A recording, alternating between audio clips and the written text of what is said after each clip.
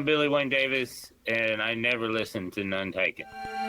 The following program contains material that is just too cute.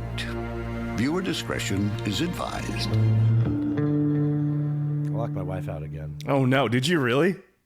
Yeah. Fuck, dude. So the door to the backyard doesn't like close well and stay closed. And I'm just so used to, like, if I'm going to push it shut, the best way to make sure it latches is to lock the deadbolt. Oh, no. She gets so mad. You should see her. I bet. First, she calls me, and I knew it this time. I was like, did I lock you out again? She's like, yes. And then I go and I look out the window, and she's just like this, like in a glass doorway. You should get a hide key or something, like a...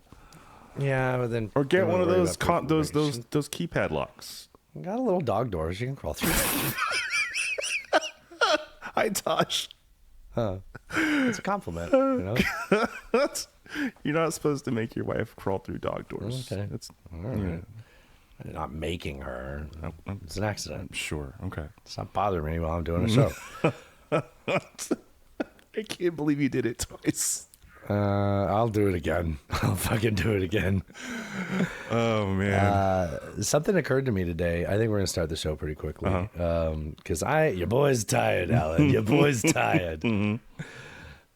Lay King here. Your boy's tired. Did you paint your bald spot? Why you care? People are sick. So something occurred to me today.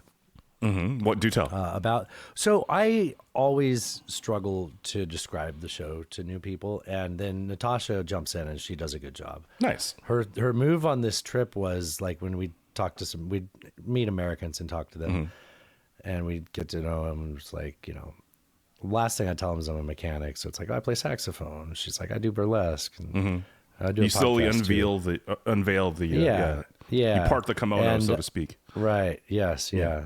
But don't mix metaphors, though. Okay, Alan. Okay. And I get to this point where I'm like, I don't know, in our like political environment, if it's like two dudes doing a podcast, it's like, okay, you're probably right wing. And then if you're not, then it's like, they assume that it's, then you're super left wing. Right, and it's just, I don't know. I feel like we're in a niche. But then when you say that you're not, then it's like, oh, so you're boring. Like you're not. Yeah. Like, you're not cool at all. Yeah. Yeah. Like, are you neutral? Are you like you're milk? You're vanilla. Both sides. Yeah. But Natasha's move on this trip, she's like, we spent a day with one of his listeners. I was like, well, that's not fair to call John. We don't reduce him to a listener. He's a friend. But you do have a good point. People around the world listen to the show. Friend of the show, John. Friend of the show, John. Yeah. Bell end John, Alan. You never looked that up, did you? No, I got the picture in my head. I understood. Yes. Yeah. Well, luckily, I don't have a picture in my head, but yeah. Yeah. What was that noise, by the way? Did you lock somebody out? No, but the dogs seem to be fighting. I don't know why. Yeah. Hopefully they'll stop. Yeah, it'll be fine. That's a lot. Yeah. I like that it's in the other room. Is that a yip that I'm hearing? Is that that's a little dog? Yeah. Yeah, that's coming through fine on the mic in a way that doesn't bother me. That's totally fine. Okay. Yeah, you don't even have to regulate that. That's normal. Okay. All right. Yeah, if it doesn't bug you, no, it's not bothering me. No, it's the whining off mic. Okay. Okay. Wow, that's a lot. Yeah, it's a lot. Okay. Well, he's been humping her all day, so maybe she decided to push back. I don't know. Is it a dominance thing or is it like an excitement this thing? dog is like this big, so like weighs like 5 pounds, and my dog weighs 60 pounds. So it's like, I don't know what it is. Also, he's like 15 years old, so. Yeah, I do feel like you do need to check on this. That is not stopping. I know. I'm going to give it a second. I think I'm the only one here right now, but yeah. Okay. Yeah. All right. Can I get back to describing the show? Please. Okay, so I have a new way to describe the show. Dan Carlin has a new episode that came out today. Oh, I haven't heard yet. It's common sense, not hardcore history, but on his common sense feed. It's politics feed. Right. And I was like, oh, shit. We do, because that was always for like independence, right? And at the beginning of the show, he kind of talks about how like consultants would tell him, because he used to do a radio show in the 90s, and consultants would like, if you could just be Democrat or just be Republican, we could sell you, but you insist on being independent. And I was like, well, I can relate to that. it just like I feel like our perfect description of our show is we're like Dan Carlin meets The Daily Show. Oh, I like that. I like that a lot. Yeah. Right? Yeah, that's great. That's easy. Yeah. That's easy there. And I think most people would know that what those things are. Yeah, I think so. And if they don't, they're probably not going to listen to us anyways. I mean, it's a good opportunity to, because then, like, if you talk to someone, it's like, oh, you like Dan Carlin too, then you get into it. Yeah. And if they don't, you'd be like, oh, dude, I'm sorry, I thought you liked history. I thought you were cool. I thought, Yeah, you probably wouldn't like my show though. And then I came up with, I copied. If you steal from me, you stole twice, right? Yes. I copied and modified. He mentioned on this newest show in his intro that there is a tagline that he used to use on his radio show that he never used on his podcast. But I heard him say it, I was like, holy shit, I need that. And I don't know if you remember this, but when we were doing the road trip up to Horsefuckistan, well, Horsefuckistan is where you live. We went to Louisville. We went to Louisville to watch the horses run. Yes. I had mentioned to you that like I'm tired of our intro for the Friday show because I do not. Papa Taken's in the background. Oh, he's over your shoulder. He's over your shoulder right now. I had told you that I kind of like because it was the intro. It's like I listen to 13 hours of podcast a day. And Alan watches 3 hours of cable news. Right. I don't know if you still watch 3 hours of cable news, and I would really like to ask you to not do that. I don't. And I don't listen to 3 hours of podcast. 13 hours. Yeah. Whatever. Yeah. I get as much news as I need to, and then I kind of form my opinions. I tend to read more than I watch or listen. Yeah, and I've been doing a lot more audiobooks too. Also I've been doing a lot more fiction too, and comedy, and like enjoying myself time, because I think that gives me more time to like free associate and like connect more dots. In ways. Why that so are serious? Just someone. Yeah. Well, I don't want, and also like I don't want to just like regurgitate other people's ideas that I heard. Right. And if you listen to too much, then that's kind of all. It becomes your It's you hard have to have not a time to meditate on it and let it stew. Mm-hmm. So that's what I've been doing lately, and I kind of hated the whole 13 hours. So I took this tagline and I incorporated it into our intro. Oh, nice. Plus, we got a new intro song anyway, so we don't have that yet. Hey, that song that you played with Jeff, where'd you find that? That was the one that Bobby Ferg made. I couldn't. That's what I thought it was. I couldn't find the Miami Vice. I looked everywhere in the drive. I couldn't find it, and so I was like, I need something because I'm going to put this on the main feed, so I can't use the Big Damn Band. That occurs to me that I did not send you the Miami Vice one. Yeah, I thought that was the one from Ferg. Yeah. I've only listened to it a couple of times. I still wanted to be kind of fresh. I wish my fader would have worked. I couldn't get the fade to work on my board. Otherwise, it would have been way better. What board are you using? Are you using the one on the... I got one on my old phone. I put like one I found. It says it has a fade, but I couldn't make it work. Yeah, I know. It's like on this one. Like I didn't know which button it was, and I'm afraid to touch any of them now because it'll... might reset something. Yeah, exactly. Well, what do you say I hit this button and I show you my new intro? Let's do it. Hey, where do you see this, Alan? I'm excited. That's the halftime song. Okay. Don't let me in this damn house.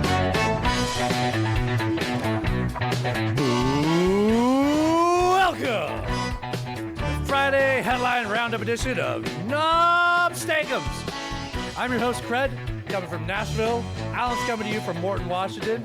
And we're bringing you this week's headline. Lock in and prepare yourself for your independent alternative. Wait, hold on. For your independent alternative. Okay, hold on. For your independent alternative to the partisan voices you're used to. Hell yeah. And now, as is a Friday tradition. So, another Friday is upon us. What'll you be doing, Smithers? Something gay, no doubt. What? You know, lighthearted, fancy-free. Mothers, lock up your daughters. Smithers is on the town. Exactly, sir. Your independent alternative to the partisan voices you're used to. Hell yeah. Like that? I love that. That's awesome. This version was a little different, but that independent alternative, I like that. I like that a lot. That's great. And the partisans, Alan. Not like the French partisans. Those are the good guys. They're different. They were different. Very different. It's on my mind because I don't know if you know this about me, Alan, but I spent a lot of time in France. I have heard this. Yeah. Well, you haven't heard yet. I haven't gotten to France yet in the story. I've heard that you spent time, just haven't heard what you spent time doing. Yeah. Mm-hmm. It's not too late to join the Patreon if you want to hear the recap of the whole trip, if that's something you're into. Anyways, happy Friday. Yes. The weekend is here. Have a can I'm of beer. stealing Alan's lines. Yeah. And I don't know. You know what I should talk about is you can get a robe like this. If you're interested in a robe like this, you can go on over to nonetakenpod.com or nonetaken.horse. I think that's a little bit easier, nonetaken.horse. and we've got a whole merch store there. We've got kimonos with with a Culture Warrior logo emblem on the back. Culture Warrior takes us the whole back. Nice. Alan's got got a rocks rocks glass for you there. Yeah. Rocks! And I think Jeff just bought a new rocks. He posted, he was like, well, I broke one of my beer steins or something, which means I get to buy a new rocks glass. Hell yeah. So, yeah, he's got one coming. Coming. And there's other stuff there. You can get bumper stickers that say, don't honk at me, my dad's dead. I was thinking we need to make a bumper sticker about horses. I saw one today that says, I like horses more than people, but that's not what we're doing. No. Like, don't honk at me, I'm thinking about horses. I don't know. We'll have to workshop this, but yeah, we are an equine themed Send us podcast. Yeah. Jeff is happy when you say equine themed. Because a zebra is not a horse, Alan. Right. This is true. This is a triangle rectangle thing. Nope, it's a square rectangle thing. Yeah, but send us your horse bumper sticker ideas, and we'll throw it up. We'll throw it on the show page. We sell hats too with the logo on it. I'll put a hat up there. I need to make a hat with the Culture Warrior. So I'll have that up there. Nuntaken.horse for all your Nuntaken needs. Those are the things they can do. Oh, they can join the Patreon. I was hoping you were going to get to that part. Yeah. Yeah. Keep this show ad free. By joining the Patreon. That's how we can afford to do this podcast together. For the low price of $3 a month, you get access to everything. You can pay more if you like, all the way up to $18 a month. And Dustin will send you something cool from the store if you join at that level. Is your dad dead? I can send you a bumper sticker. You just have to tell him though. It's a magnet too, so it doesn't mar the vehicle. Join the Patreon. You get access to the hidden track. We just did an hour and a half or so, but before this episode, even though Dustin was too long, I'm tired. He's tired. He is tired, boy. Your boy's tired. You get access to that. You get access to the video feeds. You get early access to interviews. All those interviews that you could have heard them like weeks before if you're a Patreon member. Joining the Patreon really helps the show keep going. Yeah. We love you guys that are over there. Also, don't forget right at the bottom of Nuntaken.horse. We got a couple of people support the people that support us. Slickisdigital.com for all your SEO and marketing needs. Slickisdigital.com and JeffHancockphotography.com for all your photographic needs. Jeff Hancock. You don't really lean into the Hancock part of it very much. You know what? He doesn't seem to mind. When he was on, he was like, yeah, cock photography. Right. Cool. I stopped leaning into it because I felt like it might be a little bit off. You felt it was disrespectful, or a little right? off-putting to, especially new listeners. But he definitely was cool with it. He leaned into it. Yeah. For all your cock photography needs, Jeff Hancock Photography. Jeff Hancockphotography.com. All one word. Yes. For the website. Yeah. It's all one word, but it's Han Solo. Cockphotography.com. And if you click the link on his at the bottom, it takes you to all his different sites, and you can see He's all got some cool pictures from the air show. Yeah. All right, you want to do a fucking Let's show? Do a show. All right, so this first headline I added pretty late to the sheet. We talked about some of this on yesterday's so you got show. Updates on it? Is that what's going on? Yeah, some new wrinkles that I wasn't aware of. So the headline... Penis wrinkles? Sorry, we're a mature adult show. So this comes from the New York Times. Trump's $1.8 billion fund tests constitutional limits. That's like the most bland headline of all time. That's sane washing. This is like you need Jeff in here to restore context. Yeah. All right. So there was some wrinkles to this I was not aware of. So I'll try to get through this. Like I said, this is a very late ad. But so until the middle of the 20th century, Congress had to enact piecemeal legislation to authorize payments for court awards against the federal government. So if you sued the federal government and you won some court award, Congress had to approve that money because they have the power of the purse, right? Court award, yeah.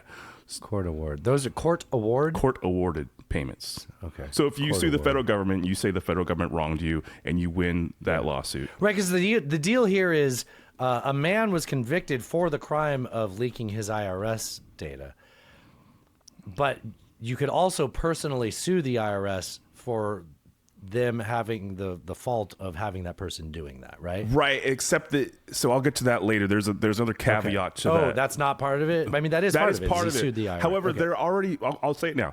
So there already was a policy in place which was reinforced by Pam Bondi earlier in this administration. That Pam Bondi, former Attorney General, that stated that you can't award funds to somebody through a lawsuit that they were not a part of, I guess would be the most simple way to say that. So in other words, you can't win a lawsuit against the IRS and say, okay, we'll put all that money over there to give to other people, not me. Like essentially, which is what they're doing here. Yeah. So, and that was a Trump administration policy.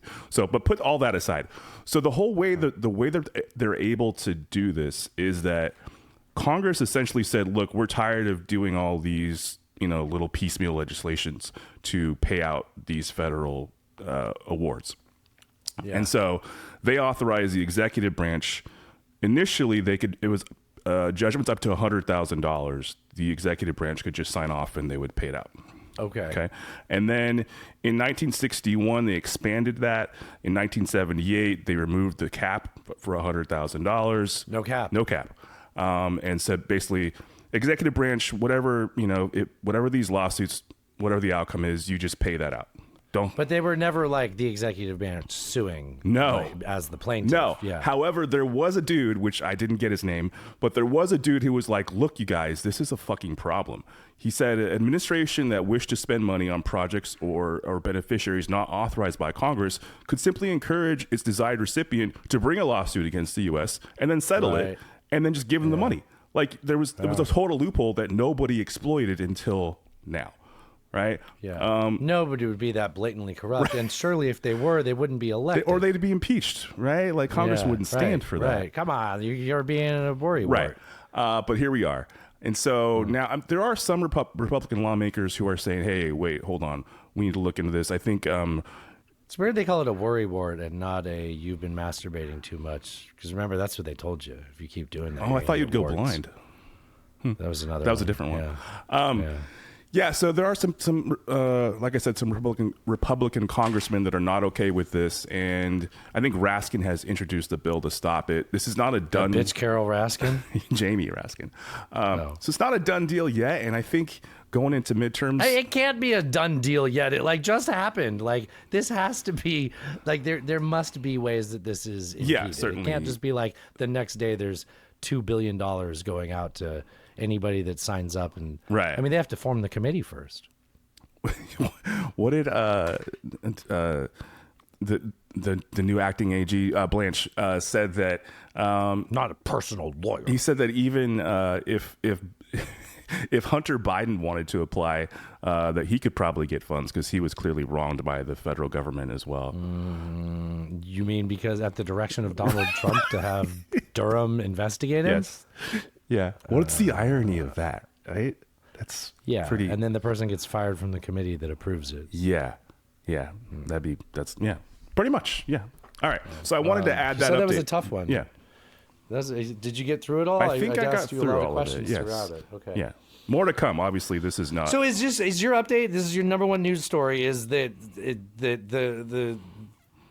there's a history of how we got here, and it's odd. Yeah, and I don't think I didn't understand the mechanism by which they were able to do this. I thought it was just like, sure, just make up a reason. It doesn't make, because my perspective was like, why do we even care? Like, there's no hope of stopping these people because Congress won't do anything about it. And if you try to elect anyone, they just AIPAC funds their, so like, why even try? I am very nihilistic at this point. I understand that, and I understand why. Okay. I think what I wanted. I have never. Okay, I'm done. I'm sorry. I think what I wanted to underscore here was, there's a way that we got here that enabled this to happen.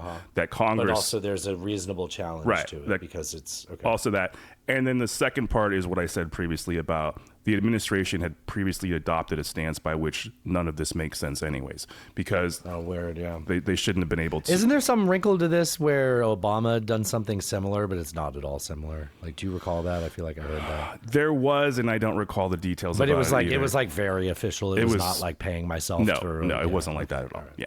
All right. You want to paying out my mob. Hit number 2.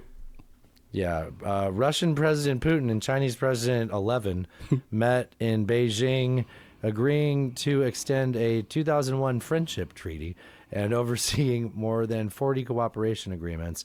Is this where we saw them all signing things? Yeah. Like they actually met and signed. It's so weird how like you and a foreign leader meet and you don't like have an agreement that you're even meeting for. And then you, unlike our president that was there 2 days prior. Yeah. Yeah. Yeah. The message is clearly one that China maintains friendship and strategic partners with whichever power it likes. Okay. And the U.S. is... Oh, wait, is this your line? This looks like something... That's all right. If you put it there, I'm going to read it. It's after the link, so that usually means... I'm sorry. That's all right. You usually change the font. So this was from Steve Tsang, the director of the China Institute at the University of London. And essentially what he says is that, look, this is clearly... The U.S. is no longer like an important partner or even person you have to deal with on the world stage. China is saying, look, you're all our friends. We're in a polycule here. And the U.S. isn't all that important to us. So you never really had polycules until like the world economy started going to shit, you know? Yeah. Now all of a sudden everybody's got to save money on rent. You need more roommates and, things happen. Yep. Putin described China and Russia's cooperation in foreign policy as one of the key stabilizing factors on the international stage, which is hilarious for Putin to talk about stabilizing factor. In the current situation on the international stage, our close cooperation is particularly in demand. Our close cooperation is in demand. So is not in demand, I think is what's supposed to be there. That was a misprint. So essentially, like I said,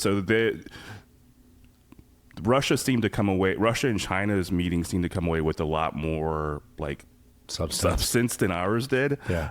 Although I will push back a little bit on like signing a deal with China. Trump got China to sign a deal in like 2017, and they didn't live up to it during his administration. And during the Biden administration, they didn't follow through on it at all. Any of the things that were supposed to extend into that time period. So like, Trump gets to make his press conference, have his little photo op, and then say he was tough with China, and then get completely played by Xi Jinping. And then he got played by him big time this time. It was even worse. And then these guys signed what did they do? They signed a thing saying they're still friends. Okay.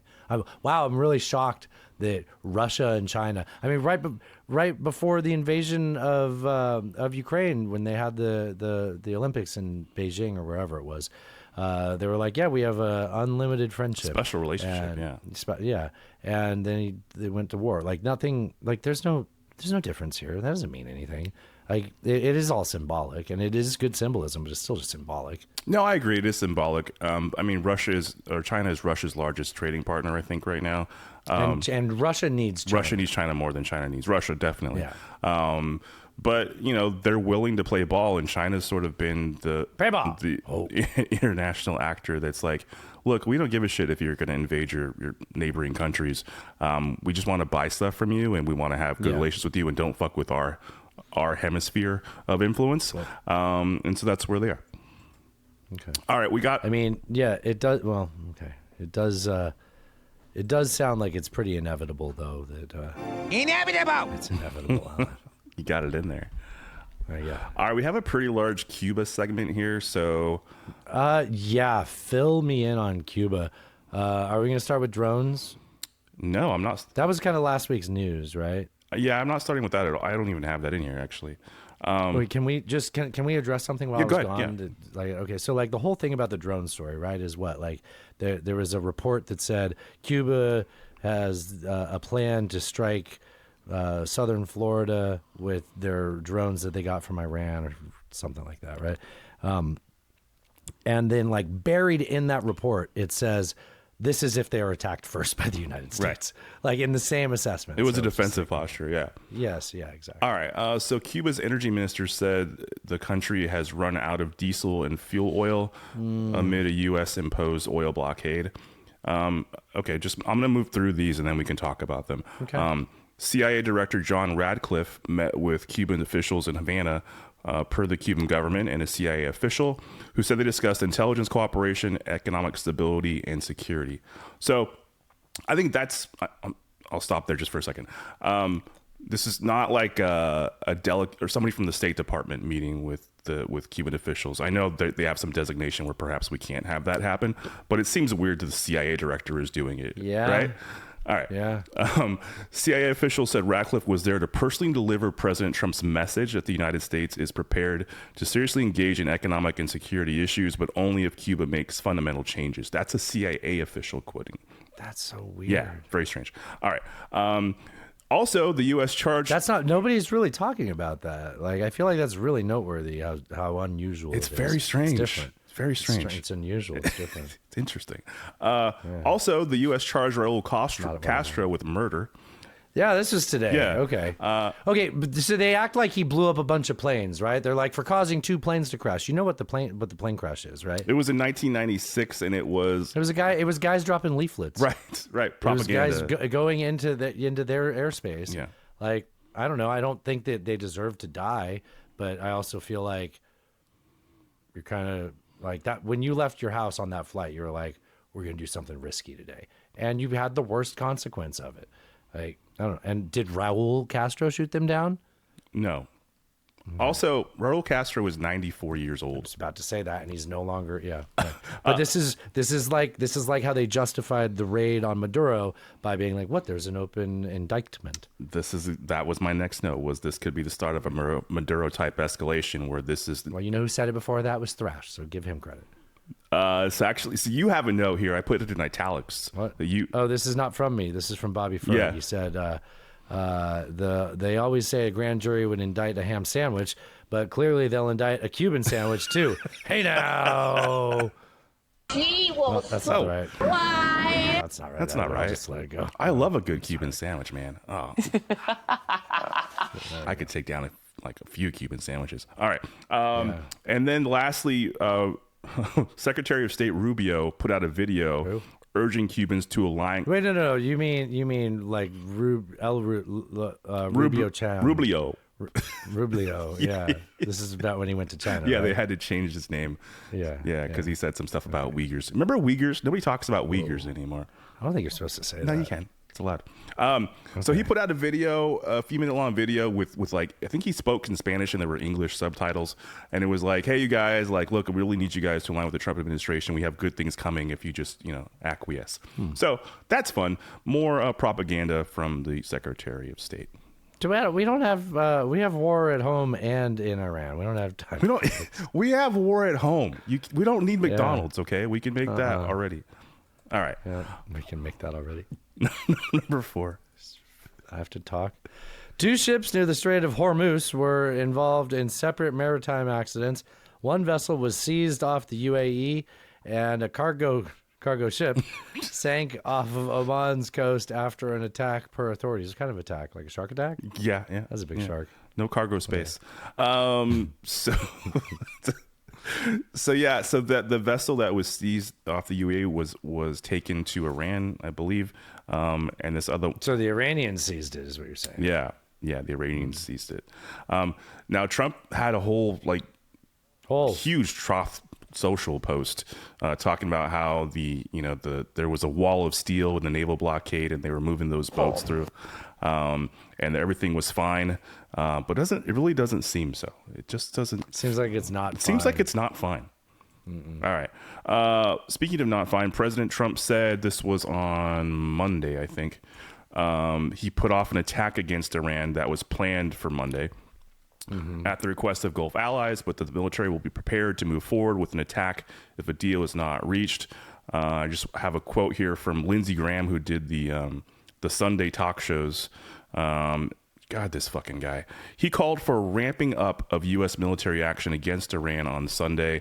He said the longer the Strait of Hormuz remains closed as the U.S. tries to pursue a deal that never happens, the stronger Iran gets. I have a clip of that. You want to hear it? Sure. We're going to blow the hell out of these people. Lord have mercy, I'm about to bust.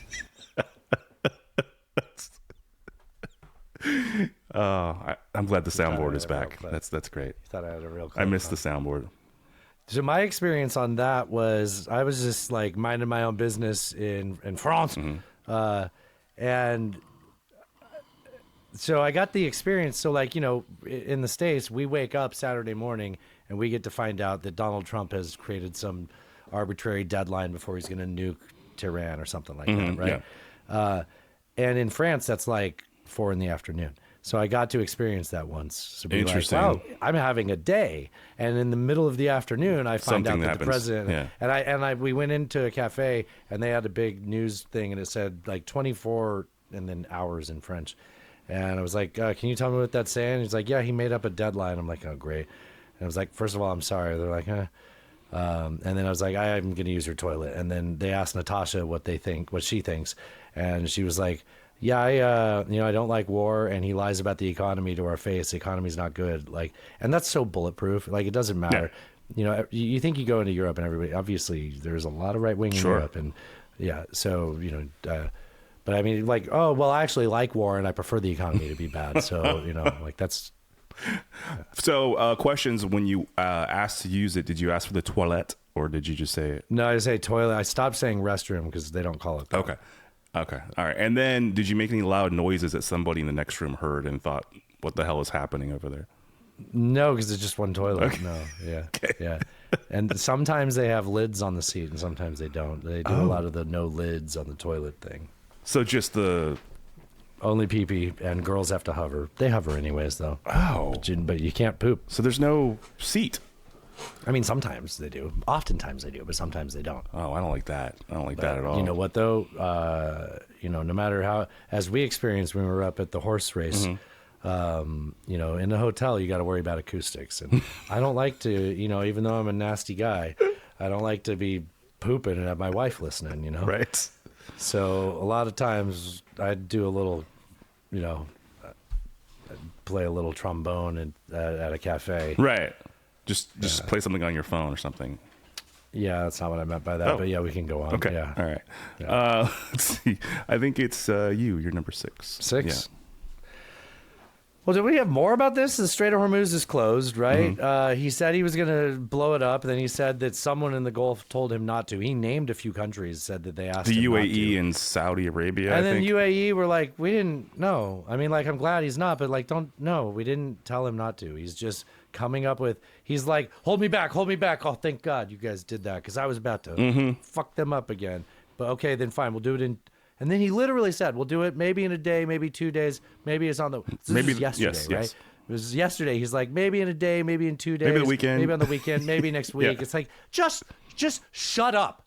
Like, nobody takes you seriously anymore. You make us look bad. You're pathetic. Like, you look stupid. You don't look tough. You think you look tough. And the more you do this, the worse you make us look, and it's embarrassing. I mean, I guess this is like the boy who cried wolf. Like, this is just like nobody buys it anymore, right? It's just like woof. Yeah. All right. Number 6. To play rat for some reason. Look, there is a rat in your unit. That is a fact, all right? That made me think of Wolf for some reason. Oh, because he's in the Wolf of Wall Street. That's why. Ah, okay. The Supreme Court. See how my mind works, Alan? It's like a laser. The Supreme Court rejected Virginia Democrats. I swear I heard you and Jeff talk about this. No, so this was the state Supreme Court when me and Jeff talked about it. Then it was appealed to the actual Supreme Court of the United States, and then they rejected it. So in a unsigned one-sentence order, the Supreme Court said no, we're not gonna allow this to happen. So no dissents were noted, so we really don't know anything else that happened. I imagine there was a lot of talk behind the scenes, but I don't imagine there was. I can't imagine like some of those justices just being quiet about this. I mean, I guess so. They don't have to. It's a shadow doctrine. I know, but usually, like, okay, so. They don't have to write anything down. They don't. Neither of them are going to insist that the other one does it. I'm not saying that. I'm saying that there may have been discussions that were intense behind the scenes that just we don't know about, I guess. I don't think they talk to each other for this. They don't have to. Maybe. They just like say what they're going to say, and whoever's in charge of that district writes the final verdict. I guess if you want to be like a really strict, like just the rules are the rules kind of thing, there was a way to see this where like, okay, we're not going to allow that to happen. It's still You're bullshit. welcome to write it down, but we're not going to talk to each other about it, is what I'm saying about this. Fair.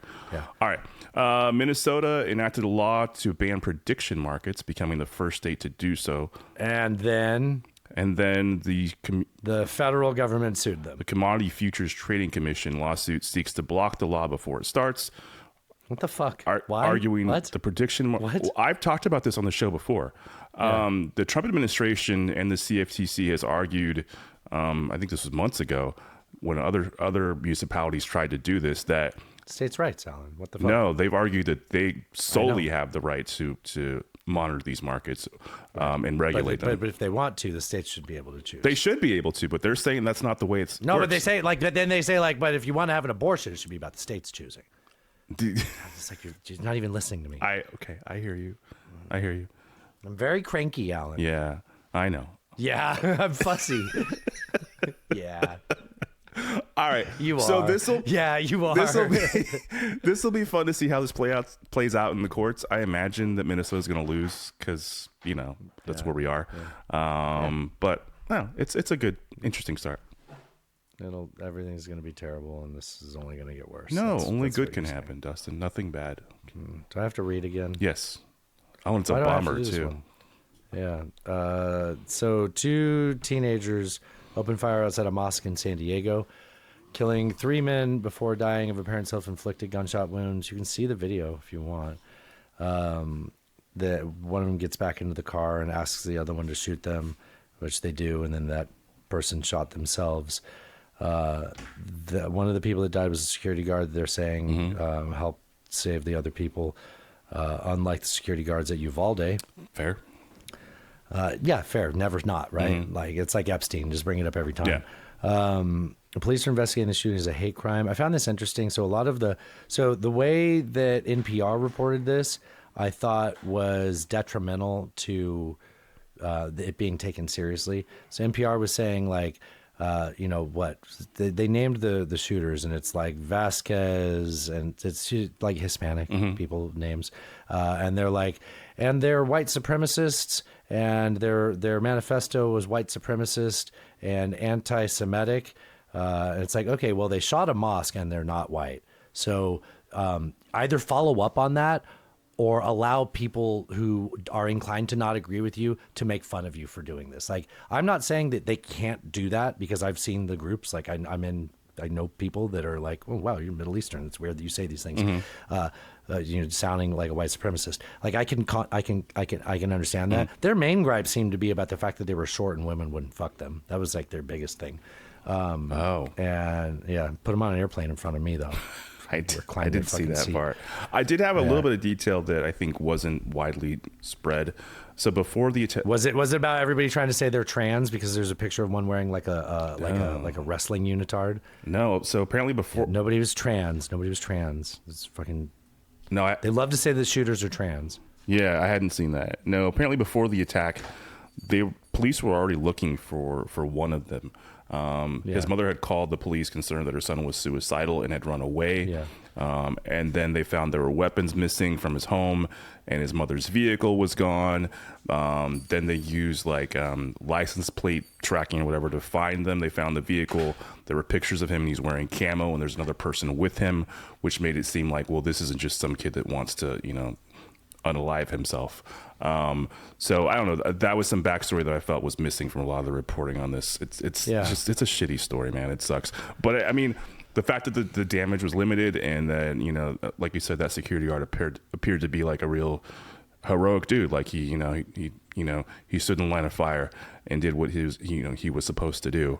It's just fucking shitty, man. It sucks. Yeah, I guess a lot of people probably would have been dead if it weren't for it could have been a lot worse.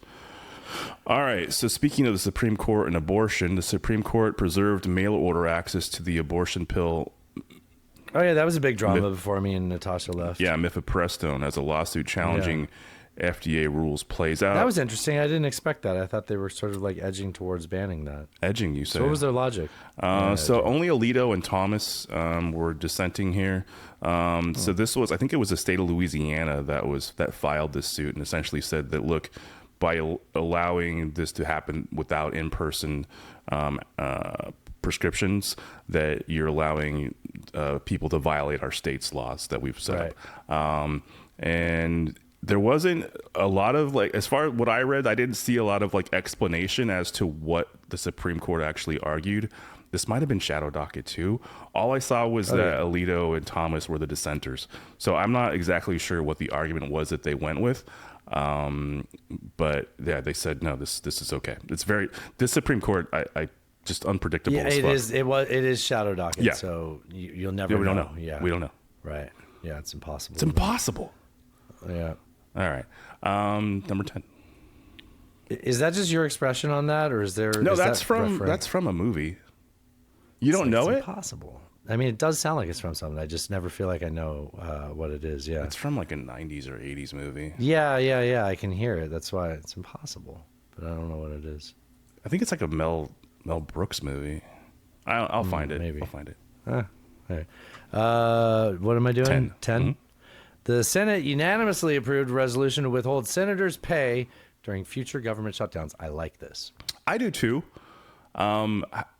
I will say that it's not like they don't get paid. They just don't get paid for that period of time, and then they get retroactive pay, just like all the other government workers. That's no different, right?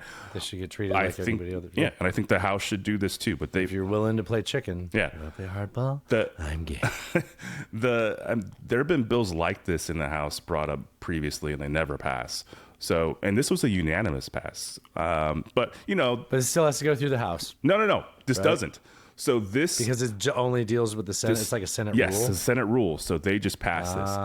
But they got all that insider trading, dude. They're fine. Yeah. They're fine. Yeah, exactly. Yeah, Yeah, and they're not. that's a good By the point. way, they're not passing anything to stop them from doing that. Nope. No, So- because it's normal now. Yeah. Because the president did it. And you they can took make- the chip got traded out for one that says insider trading is fine now. You can make so much more money insider trading than your salary. Oh yeah, as a senator. this is nothing. Yeah. yeah. It's like how Donald Trump doesn't take his presidential $400,000 presidential check. It's like you're right. He made $4 billion last year Right. off being the president. Yeah, so. crypto grifts, among other things. Yeah. All right. Minnesota prosecutors charge an ICE officer with assault and falsely reporting a crime for the January non-fatal shooting of a Venezuelan man. So this. Tell me about this one. So essentially, the officer claimed that his life was in danger and that people were like attacking him, and so he had to fire on this person. When the I think it's video or either eyewitness reports. I think it's eyewitness reports seem to indicate otherwise. And so this isn't like so. This is after Renee Good. I think before Peretti happened, like in between that space. So this isn't like this isn't the big ones, but it's something. But it's a Venezuelan. I mean, nobody really cares. It wasn't like a nice white lady in a minivan. Sure. Yeah. So I mean, this is something, and like so the prosecutor that brought this, by the time this case happens, will probably be out of office. Actually, will be out of office. Morelli, How about that? something like that. How about that? However, the DA there, Ellison, says that no, we're going to make sure we do prosecute this. So yeah, we'll see where that goes. I think there's a lot of like interesting state, federal sort of questions that are going to come up in this. Yeah. And so we'll see where that goes. I tend to think this has a small chance of actually being a win for Minnesota. They have a pretty big hill to climb, but it's possible, and at least they're trying. So it's something. Okay. Federal court dismissed Elon Musk lawsuit against OpenAI, finding so it was kind of a technicality. It wasn't like they said that it was dismissed. It wasn't. Right. It didn't get lost. He didn't lose. Finding that Musk's claims that OpenAI abandoned its nonprofit mission while expanding commercially were filed past the statute of limitations.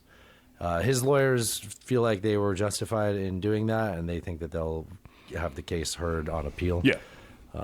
Now this was where we're not at. this strangely not. this was not a judge throwing not. this case out. This actually went to jury deliberations.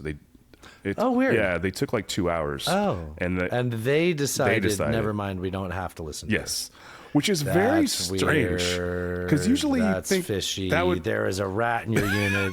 Look, there is a rat in your unit. That is a fact, all right? I don't like that. usually you would think the judge that would like you would think the defense would say like, hey, this is past the statute of limitations. Yeah, that's like, Your Honor, can we talk? Yeah. That's a pretrial conversation. Right. So the fact that it was the jury that decided that is How does the strange. jury even get to say that? I don't know. It feels like, I'm hoping I'm sure Lawfare will talk about it and we'll know better. fair. But it was a very strange decision to me. I don't think I've ever seen anything like it. All right. We talked about this just very briefly. The WHO declared the Ebola outbreak in the Democratic Republic of Congo and Uganda a public health emergency of international concern, but said the outbreak does not meet the criteria of a pandemic. Yeah, So- sure. But the problem is, in the past, first of all, it's a new strain of Ebola. Yep. So I have that. there is part of the way that, okay, all right. Well, can I though? Is it okay? Okay. So the part of the way that they have, like, there's been Ebola outbreaks in the recent past that have been contained. They haven't been as brutal. They kind of are scary when we hear about them. Yeah. But first of all, they happen in less remote areas. It's a strain that there's actually a vaccine for, because we've talked about that vaccine as news on this show before. This is a strain that the vaccine does not work on, and these are more remote areas where, and compound all of that with USAID has been dismantled, and there are not good aid groups, trustworthy people in the area that people actually, feel like they should actually can go to with symptoms and have things treated, isolated, quarantined, instead of just whatever your fear would be, right? That prevents people from doing that. Yeah. And then it spreads. Yeah, absolutely. Also, so like while it says in the headline that it's the DRC and Uganda, it primarily is a DRC. It's like 98% DRC. But that's a huge space, and it's like way away from like the capital. It's also a war-torn area. Like this is where you've seen these Rwandan groups like MS-23, I think it is, come in and take out like Goma or something like that. So there's a lot of problems with just access to these areas because they're not under like state control necessarily. So that's also a compounding issue. So far we've seen 300 cases and I think 88 deaths total. Again, most of that is DRC. Like 1 or 2% is in Uganda. To your point, it's called the Bundog. I tried to read this earlier and I thought it had Bundibugyo. That's the sound that it makes in Crash Bandicoot when you get the little mouse. It is. The Bundibugyo strain of Ebola, which, as you said, is a rare variant that has no approved therapeutics or vaccines. So so Ebola, just die from bleeding out of your eyes. God, it's horrible.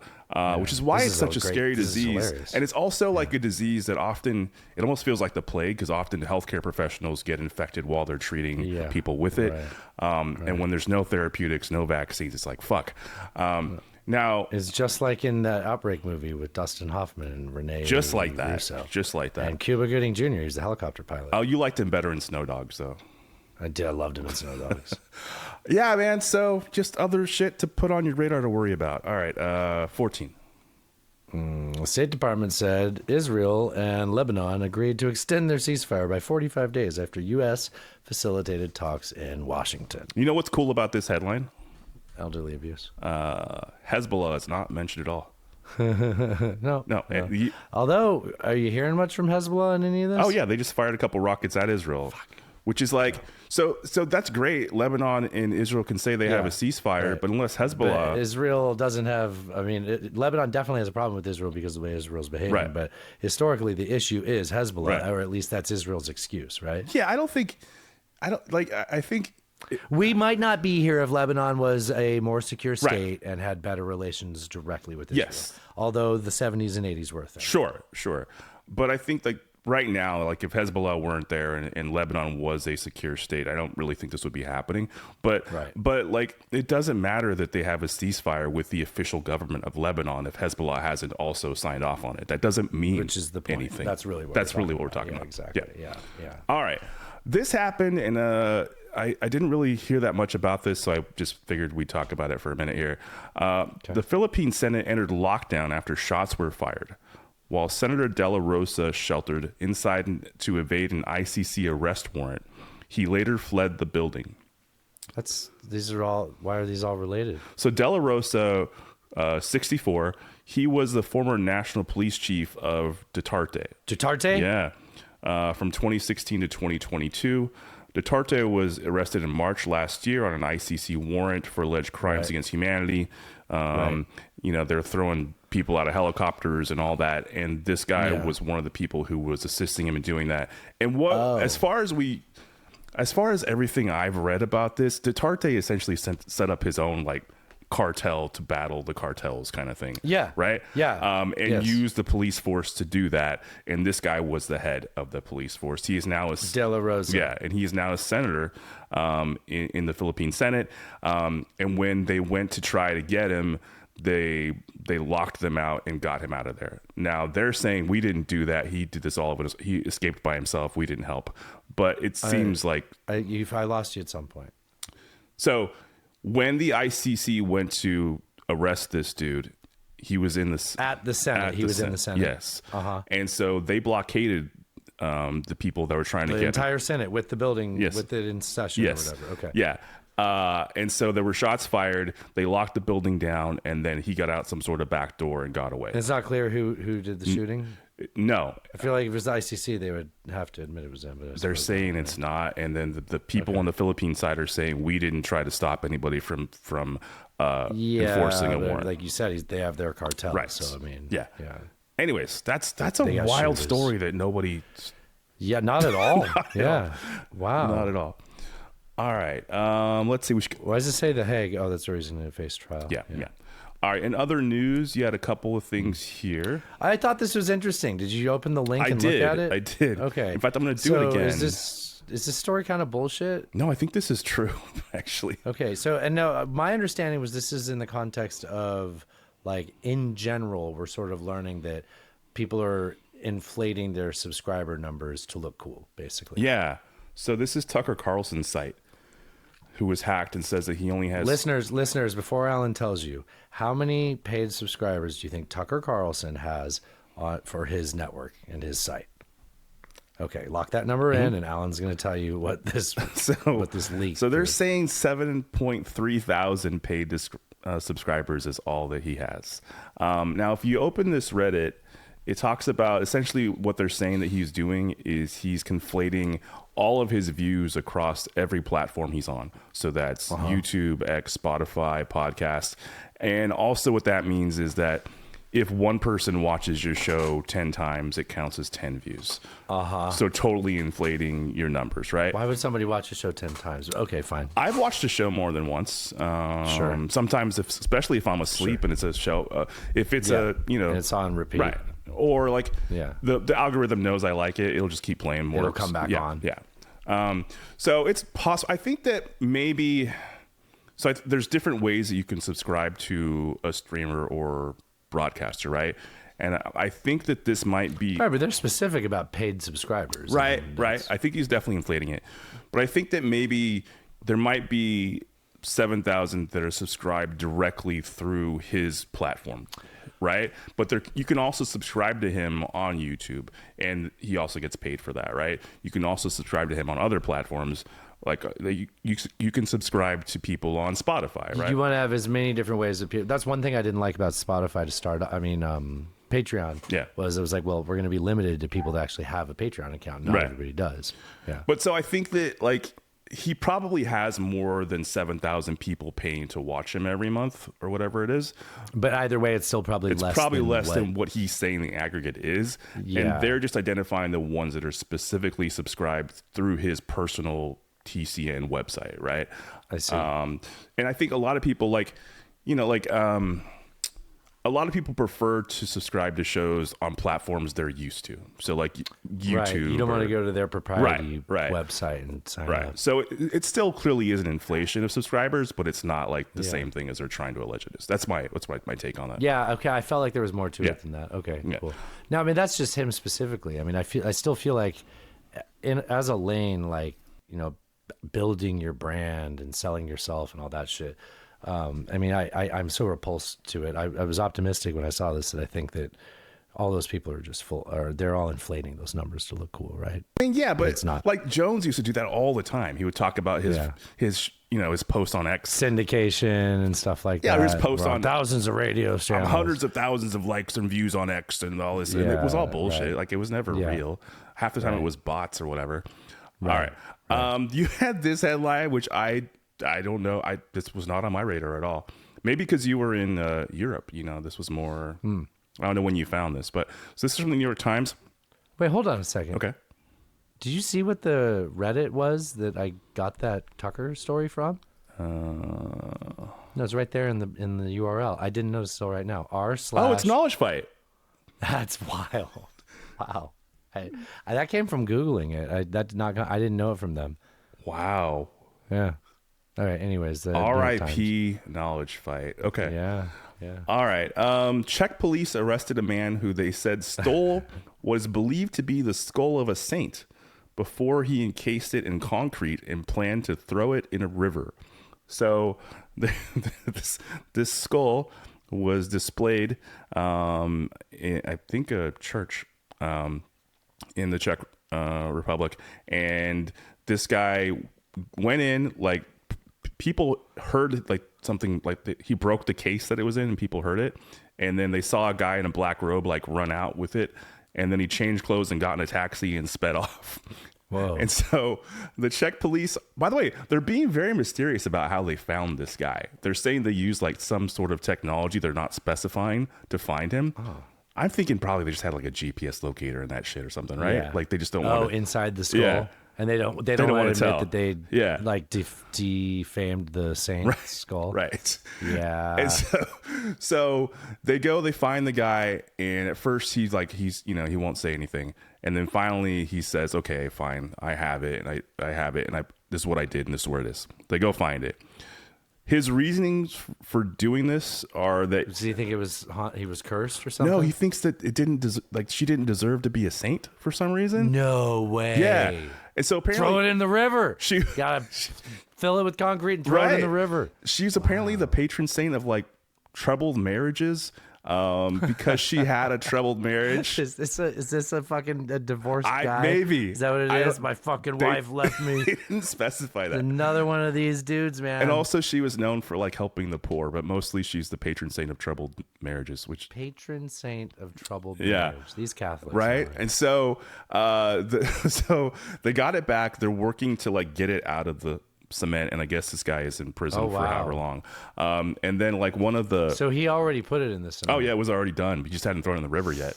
Oh man. So that's not good for the skull. It's probably not. And so one of the, I don't know, like the fathers or whatever at the church was like, look, yeah, we're gonna... Priests, sure. Was like, look, we're gonna try and increase security, but we don't want to make it hard for the public to like, this is a place of worship, so we're not gonna like put a steel cage around this thing. Yeah, the Czech are pretty cool about that stuff apparently. They're very progressive.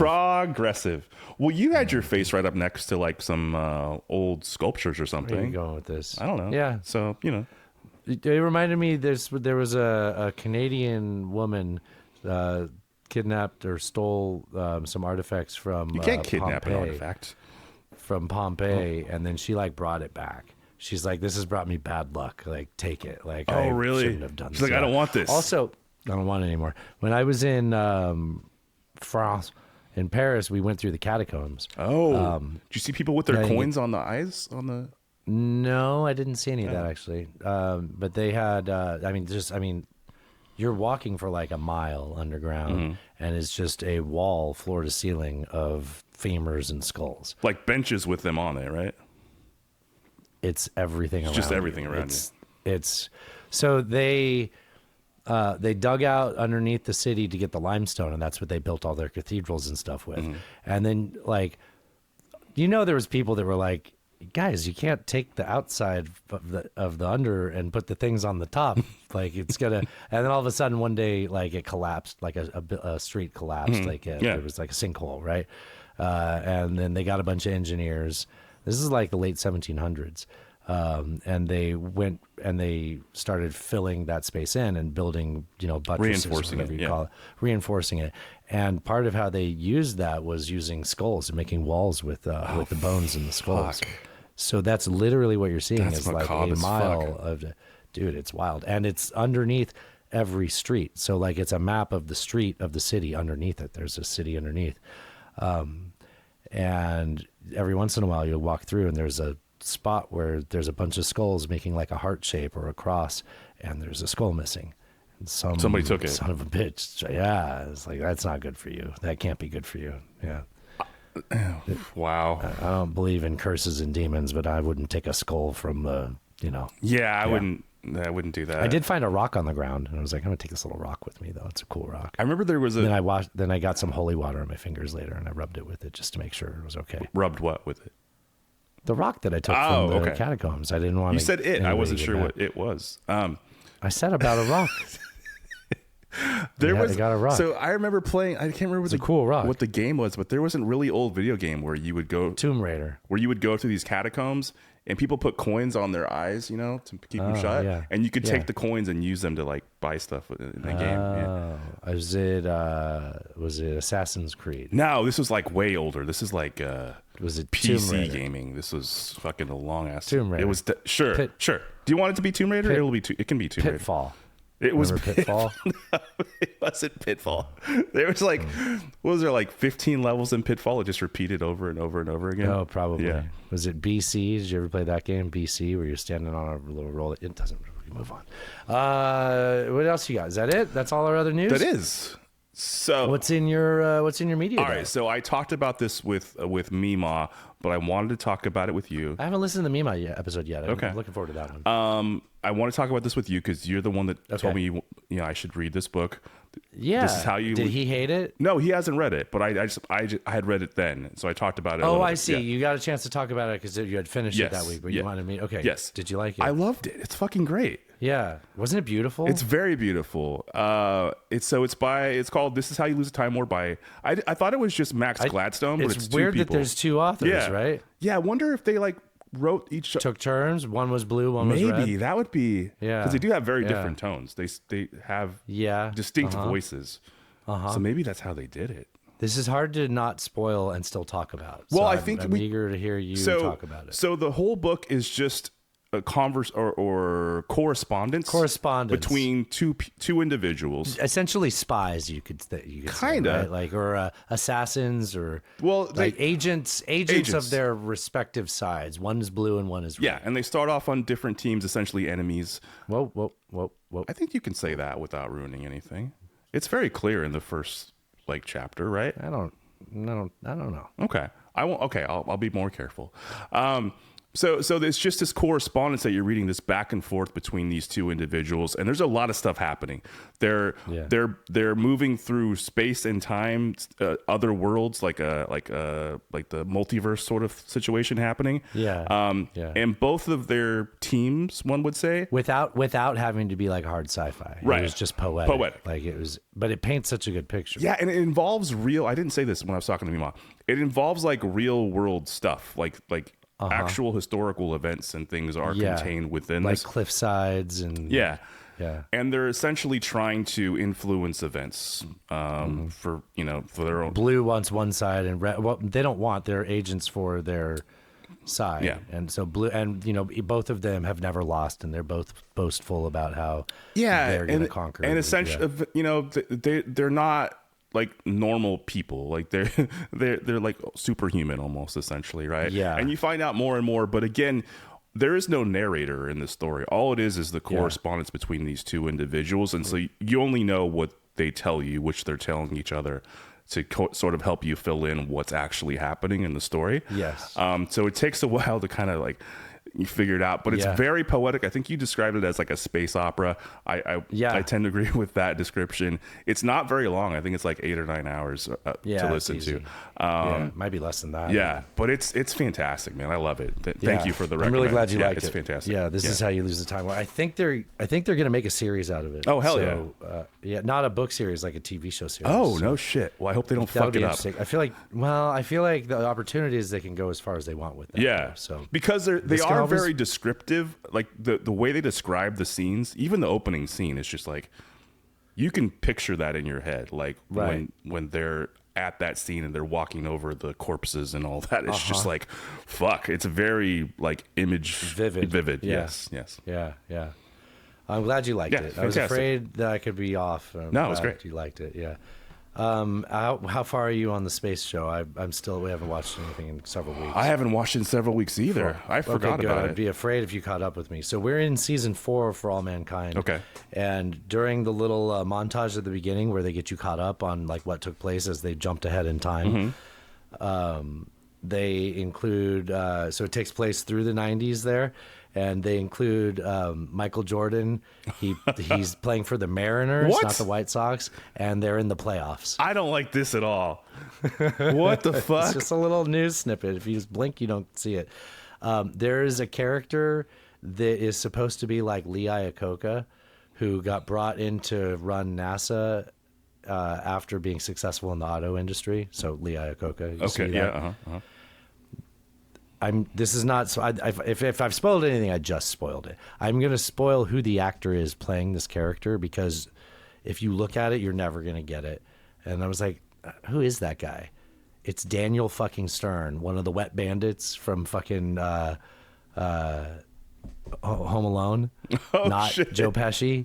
Yeah. Oh, I was gonna yeah, guess. I don't like- I was gonna guess Sean Duffy, but No, he's the transportation secretary. also the head of NASA. I remember. I had a clip for him that I didn't get to play yet. Oh. He's not the head of NASA. There's a different guy. He's a private guy, private sector guy. He had nothing to do with NASA in the past. He's not the head of NASA. I thought he was like the interim. I think he has two. Maybe he was at one point, but there was news about him doing like a road trip. Oh yeah, show. Yeah, he did because he's a former reality TV star, right? Yeah. And it was sponsored and paid for by organizations he's supposed to regulate. Yes. Yeah, exactly. Yes.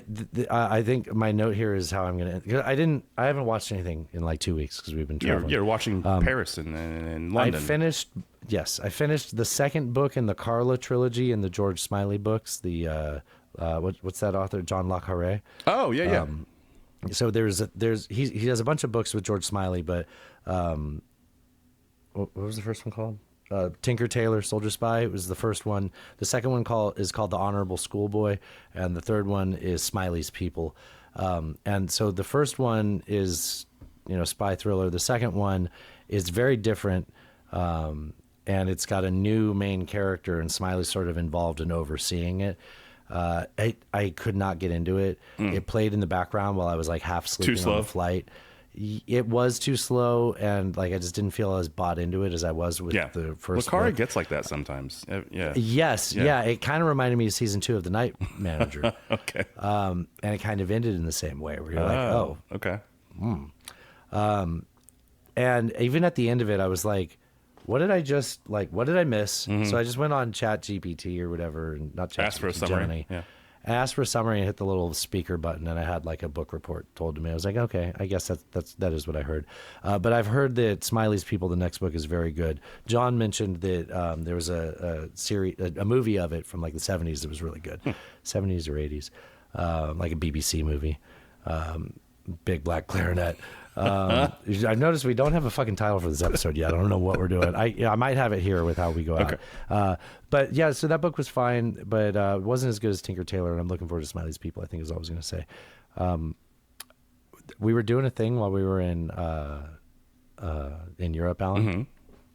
Whenever me or Natasha went to the bathroom, we wouldn't take our phones out. She never had service, and then like if she ever got somewhere that had Wi-Fi, she was like, oh, I can kind of like get caught up really quick and look at things, post pictures. That's how she'd post her stories.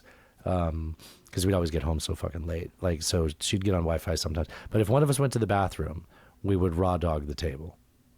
What? What? Yeah, I know. It does sort of hit the ear that way. So we would call it raw dogging the table. Like, you got to sit at the table, without your phone. Just keep the phone down. Just look around. Just some people watching. I like this. Yeah, it was fun, So it was about phones being off. But then I started to kind of explore that concept and thought like, this is something we can do outside of Europe. We can start raw dogging the table when we go out to dinner anytime. Yeah. But I might be tempted to still take pictures of my food. And if I don't have my phone, then I can't do that. Oh. So what we'll do is we'll bring a Polaroid.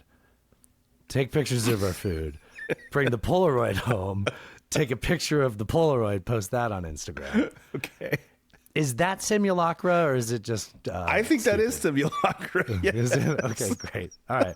Well, if you've enjoyed this show's going to be called Raw Dog the Table. If you've enjoyed this fine program and you'd like to support this show, head on over to nonetaken.horse and we'll be back next week with some more dumb bullshit. This concludes our broadcast day. Have fun storming the castle. Jeeves, bring me the battery acid. It's not for women. When a guy's banging you... Y'all let me in his damn house. Oh, how about that? Come in the name of peace. LMFAO. So what in the world is this? Trump's pee-pee. Why would you say something that stupid? I come without explanations or solutions. I'm a very sexy lady, cat turd. I will not suffer this harlot. How great! An anti-American Marxist! Ted Cruz, go fuck yourself. Read the news. China is asshole. God bless the United States. Bye-bye. Now this is podcasting. Drive safe, buddy. Cheers. That was fun. Cheers. Maga Delinda Est. Indeed.